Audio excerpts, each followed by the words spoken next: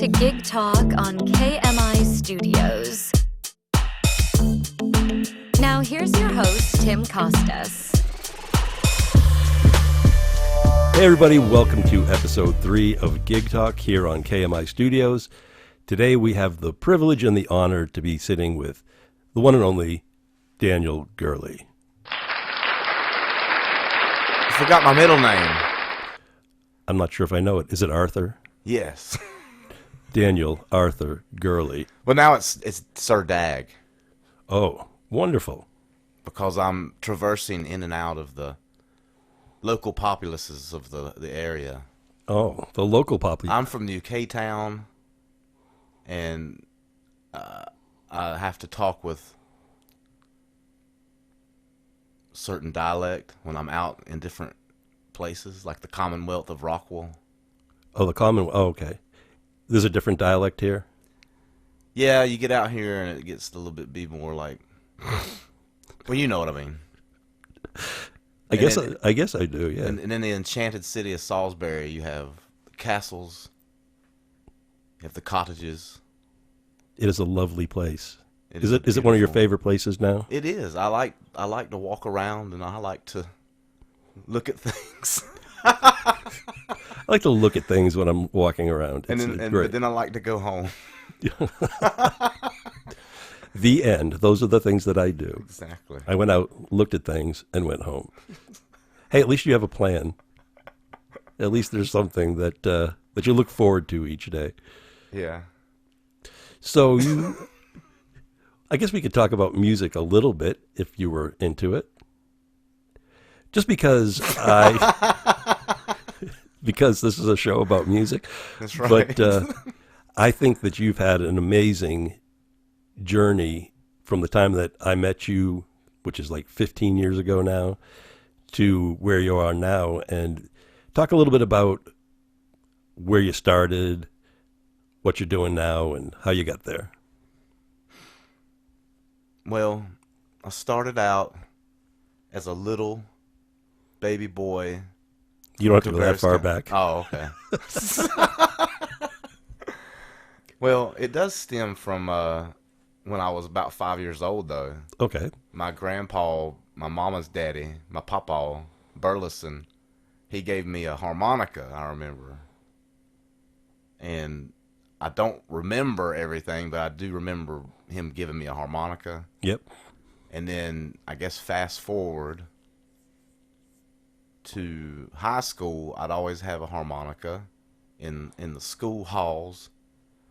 How did that go over with the teachers? Bad kids hang out, and I used to play with my friends, and they'd beatbox, and then I'd play harmonica with them, and then they'd rap. That's pretty cool. Yeah, and then eventually I got with a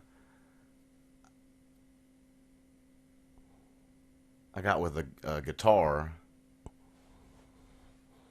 because I had to quit drinking, and my fingers had to do something. Gotcha. So, are you going to cut this up? Because I know I do a lot of... Nope, this is good. Oh. We're just talking. No. It's live. I've gotten accustomed to doing, like, the editing thing. Well, if I have to, I promise I will. Okay. Because I know I can say some weird stuff. Well, that's what people want to listen to. Yeah. We're weird. We're a bunch of weird humans. Weird humans. But then I was trying to talk about music. And I just remember when I first met you, we went to church together. Yeah. And the pastor said... Got Mission 217, boy! That's right. And the pastor said, hey, is it okay if Daniel comes up? And we already planned the service and the music and things. And can Daniel come up and play harmonica? I'm like, absolutely, that'd be great. And do you remember that first time that you came up there? No. I do this to everybody here. I just tell the stories of their life that they don't remember. But so we were starting. I think you maybe came and practiced a little bit. I don't remember that part. But we started the service. You came up and you played harmonica, but you kept your back to everybody in the service. Yeah, really? You were super nervous, like you couldn't even face people. And I think you tried to bail out and were like, no, come on, man, you can do it. And then you came up and you did it, but you didn't face anybody that first time. But you grew. I mean, as time went on, you came up and did it here and there, and just got better and better. And I think you weren't even playing guitar in those days. I think you just started around then, like, hey, I got a guitar, show me a couple chords. And we showed you a couple chords, and look where you are today. I mean, it's a fast journey. It's amazing to me. Yes, it's a little too fast. Time goes by. Yeah. Now we can be talking about 15 years ago. It's like, hey, this is what you did 15 years ago. Yeah, but I wouldn't even have gotten into open mics if it wasn't for you, because you sent out a mass text. I don't even know how much time had went by, but between the church times, it was only a couple of years. Slim. It was a couple of years, yeah, but not long. So you had sent out a mass text, and you were saying, "Hey, it was like, come on down. We're doing an open mic on Wednesday nights up here at Jackrabbit Slim's," and I was like all excited, and then I found out that you didn't even really mean to send me that.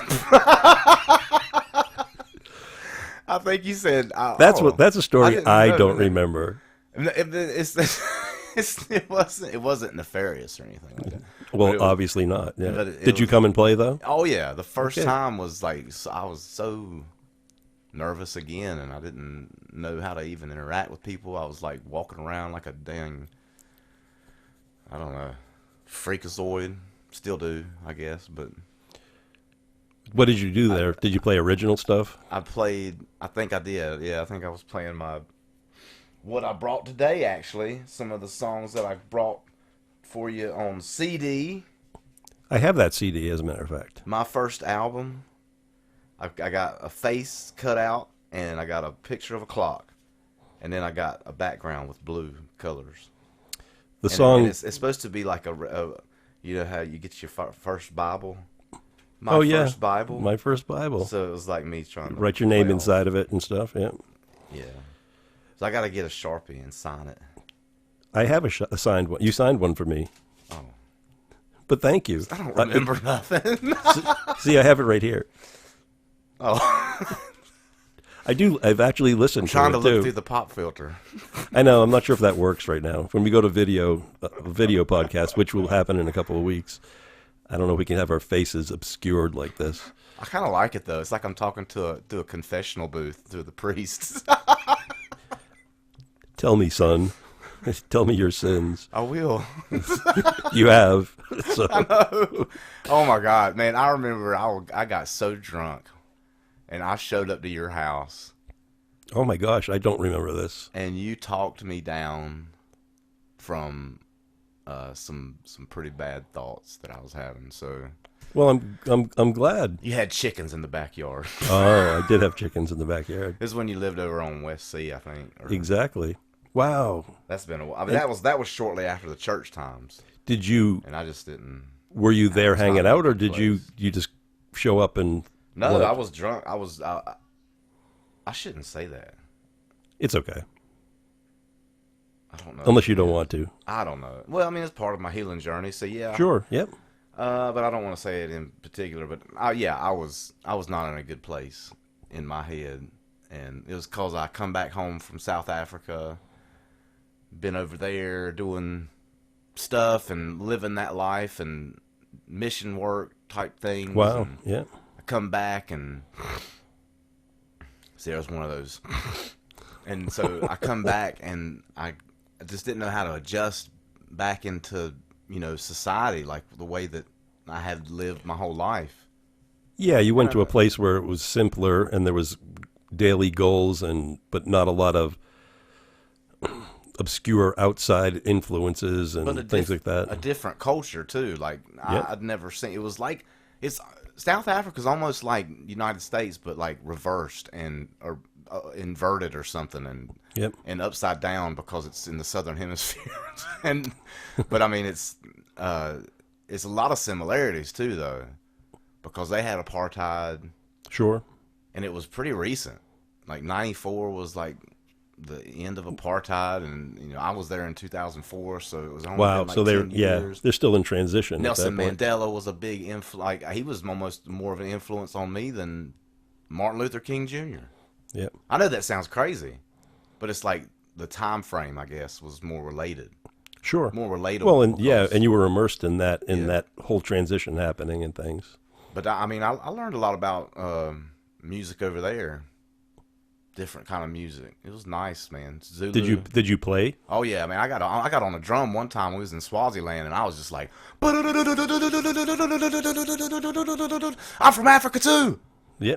Well, there's a free. I mean, somewhere way down the line. Yeah. There was a. Oh yeah. At some point in my DNA, there's a freedom to that you can go there and people just appreciate the little things. I think that's the thing that you come back and then you realize, like, oh, now I got to get into the machine or things like that. Yeah, and I mean, I did adjustment, man, all the time, and I mean, it's been a journey of music. I enjoy playing with Cosmic Folk.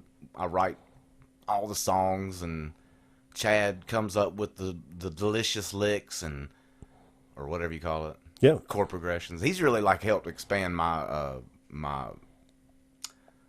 I don't know what you call it. I don't know. Just like as you're writing things. Yeah, I mean, it just helps like spark the mind of sure. It's like writing. It's like a muse in a way. Yeah, that's like, what I called him. Yeah, I mean. Yeah, exactly. It's like I was kind of going stagnant. Well, you start going down a path, and it's like, this is what I know, this is what I can do, so I'm going to do the things that I can do. And then somebody says, wow, if we just switch this to this, and you're like, shit, I never even thought of that idea. You know what I mean? It's like, and it's great. That's why playing with other people, you're going to really expand your horizons, I think. Yeah, that was a good thing about when Jackrabbit Slims and even Sunshines, like you say, and like those places that we used to just hang out and kind of absorb off each other and learn from one another. And it wasn't even so much like, hey, come here, I'm going to teach you how to do this thing. It's the thing that you can learn on the fly in the moment by just jamming with other people, or just the fun that you have with that. And then all of a sudden you realize, wow, I can do this, or I can do this. And I never would have heard that in my own head, that riff or that whatever, bass line, whatever, and things, if I hadn't done this with somebody else. And it just opens you up so much.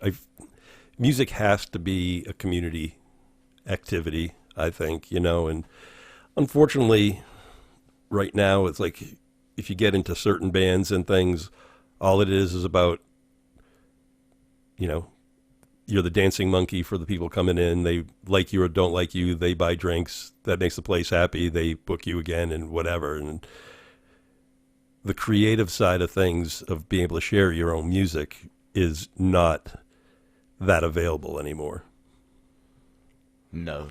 Now, when you play with Cosmic Folk, and you had a gig last night at the Fishbowl, I mean, are you mostly doing original material? Yeah, it's pretty much all original material. Oh, that's cool though. That's great. I'm trying to do the avant-garde thing, I guess, with trying to build a world within the music too, so I can stay engaged. Yeah, because I know that I can't stand a set list. I can't stand feeling boxed in. Like I feel restrained, and if I can't get some kind of I don't know, incentive out of it. Yeah, or some kind of release. Yeah. It's release and relief and all those things combined, where I can fly in and out of just expressiveness from my heart, and let the strings do the talking sometimes, and let a hand puppet do the talking sometimes, and let some dance moves do the talking sometimes, and let some thing like that happen. Yeah. No, it's good, and it's refreshing, and it's I'm glad that you have the opportunity to do that. That some places will let you do that. Not every place is open to that at all. It's all about making a buck. I don't want to name drop, but there's some places that I don't like sometimes. I'm trying to do some auto tune on there. You did that on your own too. It's pretty amazing. And that's what brings me to this topic. Yeah. Well, that's a great transition. No, it was gonna be. Oh, the crowd liked it. So anyway, I don't even know where I was gonna go now, but I was gonna go on a rant. I know that's what it was. No, it's good. It's as long as there's places for you to be able to do that, then you get to express yourself and put your music out there. Yeah, I don't think I want to play anywhere where they don't want me.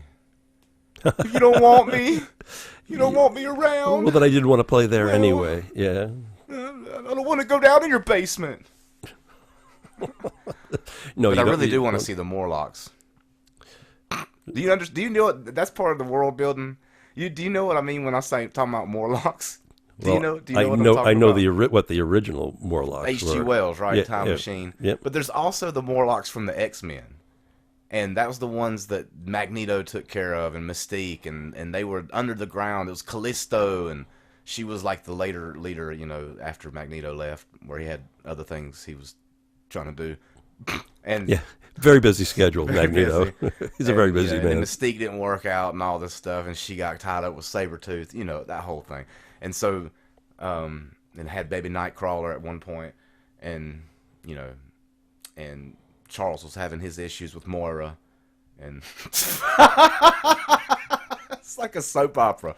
It really is. But the Morlocks are, in my mind, are living in the tunnels of New K-Town, and they have yet to arise and show the people how it is to live, laugh, and love. But they will one day. One day they will rise. One day they will rise. Will it be a better place when this happens? Yes, and New K-Town will understand that the cross-dressing hobo mayor is not gonna. Anyway, there's a whole line of fantasy world building that I'm trying to do anyway with cosmic folk, and it makes it fun for me. Well, that's good, and we need more of that out there in the world. I'm trying to be like my mentor, Mr. Rogers. And Dick Van Dyke, and Robin Hood. What a different time! It was. You were born in the wrong time. Nah, I think I'm all right. I think I'm bringing it back. I'm trying to bring it back for the children, because the children are lost. They're lost in their technology. It's a true thing. But it's our technology that we've given them. I know. We've helped it along. We've helped to procure the future of the robots. You do have a thing about robots. I do, because it's a weird technologically driven world, and I'm surrounded by it, and it's my way of dealing with it, based on my memories of pop culture with tech. Sure, yeah. And it's all wrapped up into this one thought about it's a robot. It's just something that we made.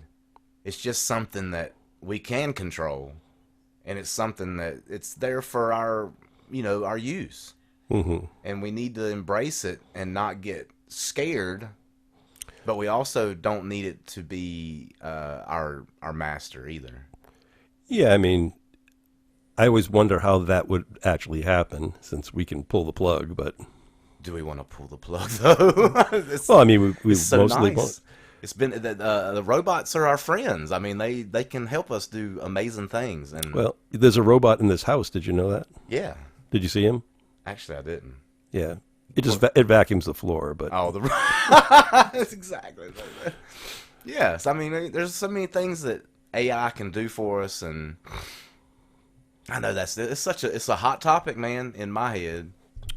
Because I don't want to let it rule my life. I mean, I've kind of been trying to withdraw from Facebook, and that's what I mean too by robots. It's just tech in general. Sure. Where I cannot do anything without having to consort to my robot. Right. Or consort. What is it? Consult. Consult with my robot. I think that's where you were going. Yeah. Well, concert. I don't know. Robots could probably put on a good concert. What do you think about that AI in music and things? Oh. That's what I mean. It's just one aspect of it. It's just another thing that I think about dealing with technology. Like, I see it as a tool. I see it as something that you can use, and but with music in specific, I don't want to have anything to do with it. I really don't want it to have. I don't want it to touch my music. Well, I agree on that front. I feel like I lose something of why I'm doing the music in the first place. I feel like it's not worth it. Like, if something can do something so much better, then I don't want to have anything to do with it trying to make what I'm doing sound better.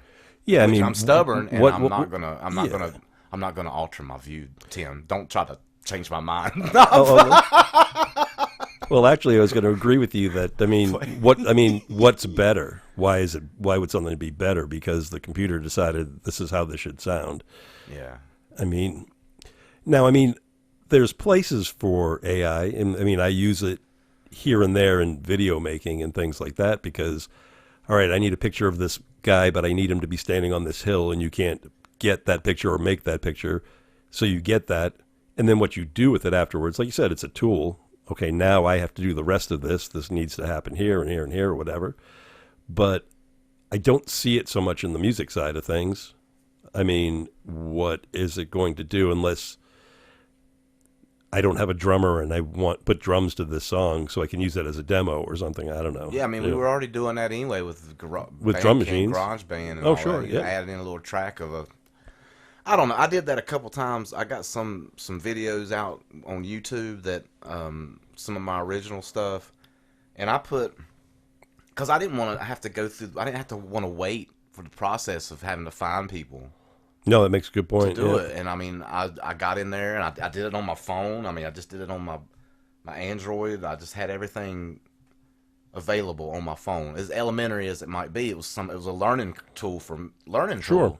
And it's a creative tool, yeah, exactly. And I got it to work, and and sometimes, and I didn't get it lined up. There was one on there I did. I think I called it "Sounds of a Dream," and I was trying to talk about Martin Luther King's "I Have a Dream" speech, and that whole, oh my God, that's a can of worms, man.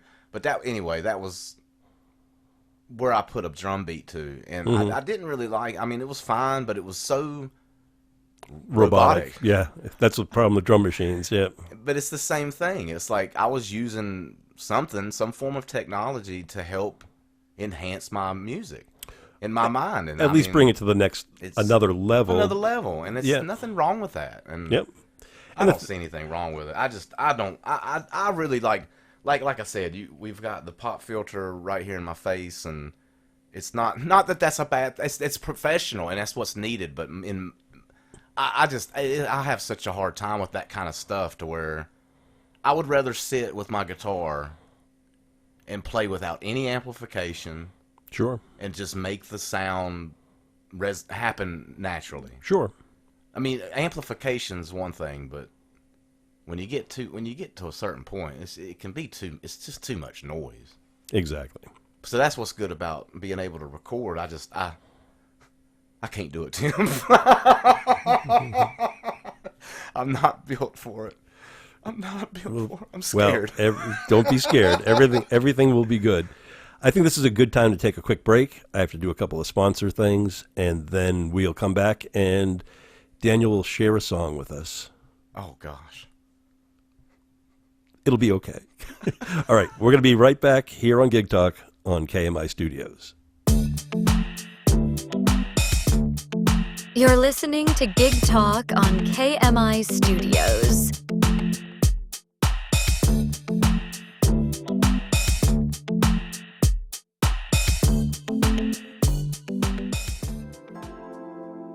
Honey, wake up, wake up!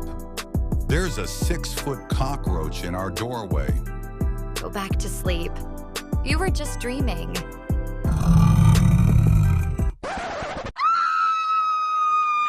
Looks like it's time to call Razor Pest Solutions. Our skilled technicians will be there fast, ready to give you peace of mind.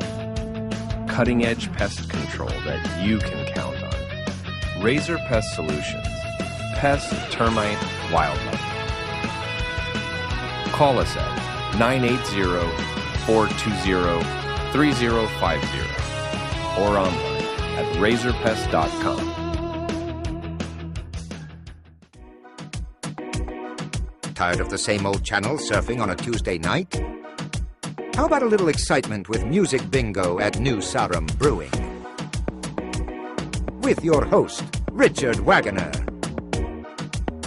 After stints hosting both Jeopardy and The Price is Right, Richard now brings the fun to New Sarum every Tuesday night. Folks, this is not your grandma's bingo. It's got a little something for all musical tastes. From Dolly Parton to Korn. From Run DMC to Roy Clark. Get ready to be a winner. Brought to you by New Sarum Brewing and RW Entertainment. Music Bingo at New Sarum Brewing, 109 North Lee Street in Salisbury, North Carolina. Every Tuesday night at 6 p.m.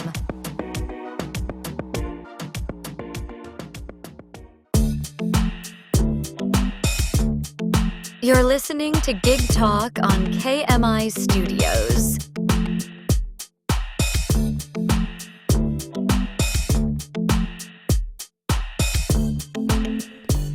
Hey everybody, we're back here on Gig Talk with Daniel Arthur Gurley.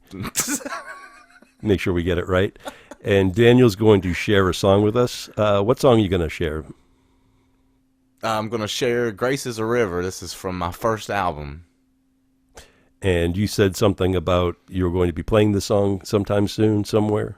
Yeah, we're going to be playing down there at Davis Theater in downtown Concord, in Concord World, in May 17th, 14th, 13th, 11th, 7th, 16th. You can look it up on Daniel's Facebook or something if you want to find out the actual date. It's called Words to Live by Jim Love. He's putting on a whole production down there talking about the power of words. Sounds fantastic. Everybody, this is Grace is a River by Daniel Gurley here on Gig Talk on KMI Studios.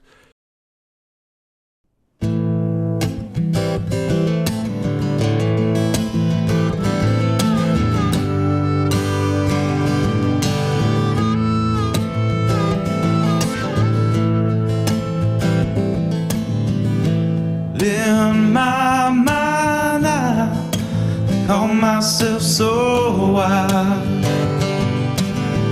Everything I do, I think is wiser. When thoughts like these make me feel so fine. No, it's just a matter of time when selfish thoughts and my foolish pride leave me feeling empty on the inside. My ways are done in ashes. I feel the weight of my sin, but your grace is a river. Your river runs through me.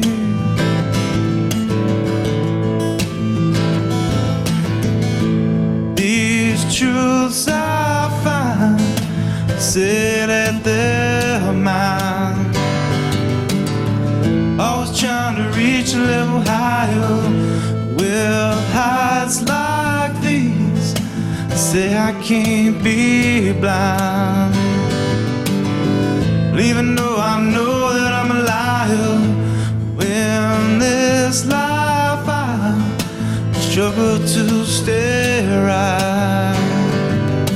But all my efforts burn within the fire. My ways are done in ashes. Feel the weight of my sin.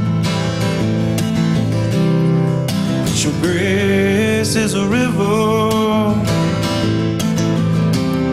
Your river runs through me.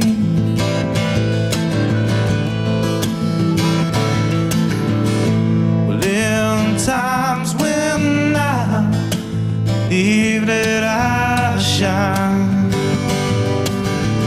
and I can't get it any brighter, when thoughts like these seem to flood my mind.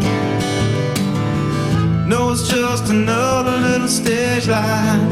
When darkness ends and your light collide, ain't no place I could ever hide in. My ways are dirt and ashes. I feel the weight of my sin, but your grace is a river. Your river runs through me.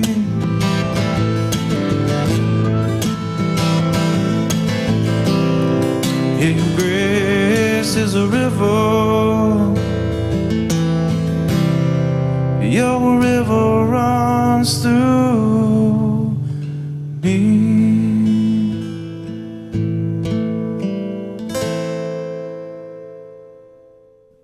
I'm just going to start with that.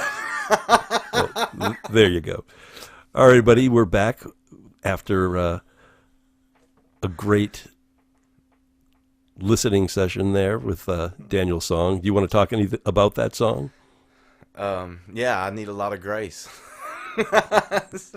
As we all do, yes. Like the river that flows through my soul. So how's your writing process? Do you think of lyrics first and put music to it? Do you do it the other way around, or is it just however it comes out? Lately, it's been,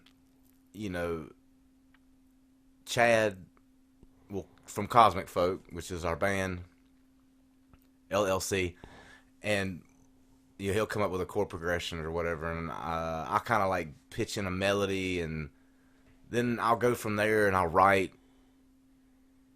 Usually, if I think about something, I'm thinking about whatever I'm feeling, I'll start writing about that, and but lately it's been the chord progressions will turn into the live improv stuff at the gigs that we do, and wow, yep. I'll record it. I got a camera rolling, and I'll go back and listen to it, and if it sounds cool and it's easy enough to pick back up, without too much thought, then the melody from those chords and then they just kind of flow with whatever I'm feeling, and then that's pretty much how it is. The process just happens slowly sometimes, and then sometimes it's like deadline feeling. Right. Like I want to get it out as soon as I can, so I need to write this down exactly like I'm feeling right now, and then then I can fit it into something. But I like the improvisational method better because it's just easier and it's more fun. Right. And it's fresh in the moment, and you're doing that, and then it's like, let's capture this from that. Have you ever woken up with like a riff or things in your head, and you're like, oh, I got to write this down right away? Usually it ain't riffs for me because I don't do good with the laying it on top of the music. I'd rather write to just write. Right.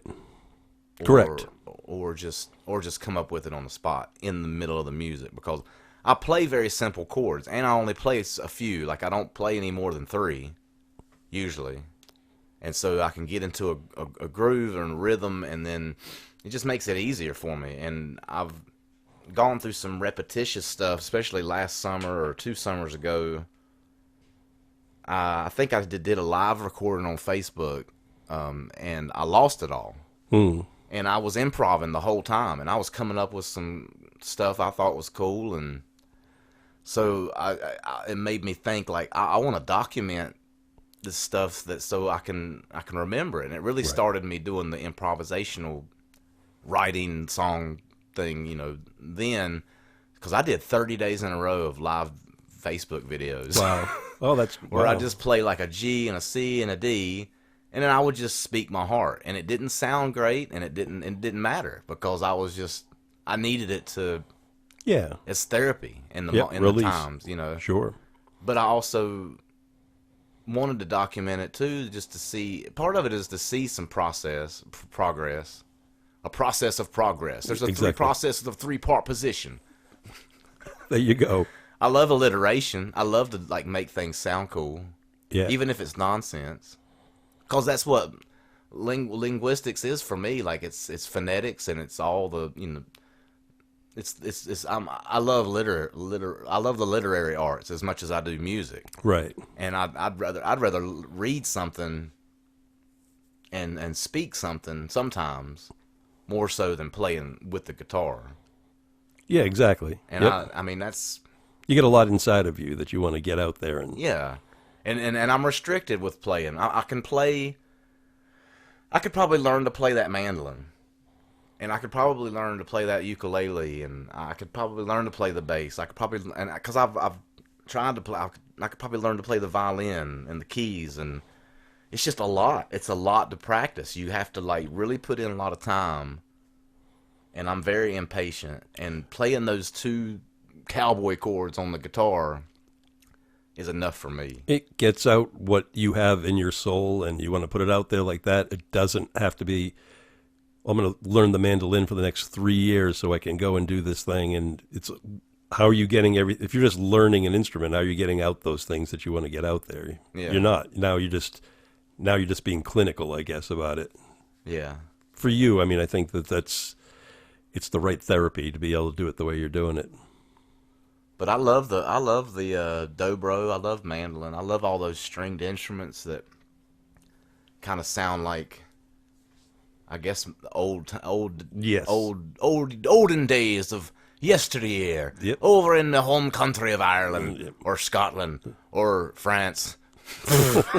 There you go. I found out that's where Gurley comes from. It's like French, just a dirty old Frenchman. You're my favorite dirty old Frenchman. Who though, transferred to Scotland with King William, and then he gave him some land. He was like, "Here, thank you for killing all these people with me." and then we ended up going over with the Scottish people to Appalachian, and all that sound, I guess, resonates in my blood somehow. I don't know how that works, but Well, like you said, you like the more natural sounding things. You'd rather play without an amplifier and just be able to go out there and make your sounds and do that, and you could do that anywhere with doing it that way. And they used to do that all the time, and that's how they told stories. And Sure. See, that's fantastic. That's exactly where you come from. Just being able to like play a couple chords and tell a story, and that's as intriguing and entertaining as anything else can be without the whole big production. And it also promotes community, because you gather around the mic or you gather around the campfire, and you're singing the stories of your soul with other people too. And that's where the harmonies come in, and it just creates this beautiful menagerie of people.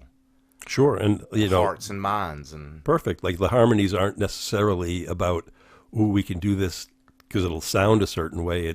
That's what somebody feels in their voice and their heart. Like I hear that same progression, but I hear it this way, and those come together, and it's just a beautiful thing. Yeah, so I'm always going to be a proponent of the most local setting of community with music. And I'm a big fan myself, and that's why we're doing what we're doing here. But I'm also selfish, and I want to express myself, and I want to play on the big stage and hear my voice be heard.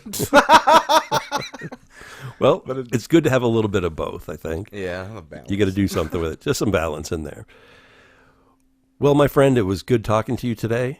We definitely want to have you back when we can do this as a video podcast, because I'm sure we'll have some artistic and creative banter and visual arts going together with it. And you get to come into my world here soon. That's March right. 1st. March 1st. I'm going to the Apocalypse stage, and we'll see what will come out of that. It's a different world. It's from where true. you come from. Sorry. All right, my friend. Nope, you're you're good. Thank you for being here on Gig Talk, and we will see you guys next time. You're listening to Gig Talk on KMI Studios.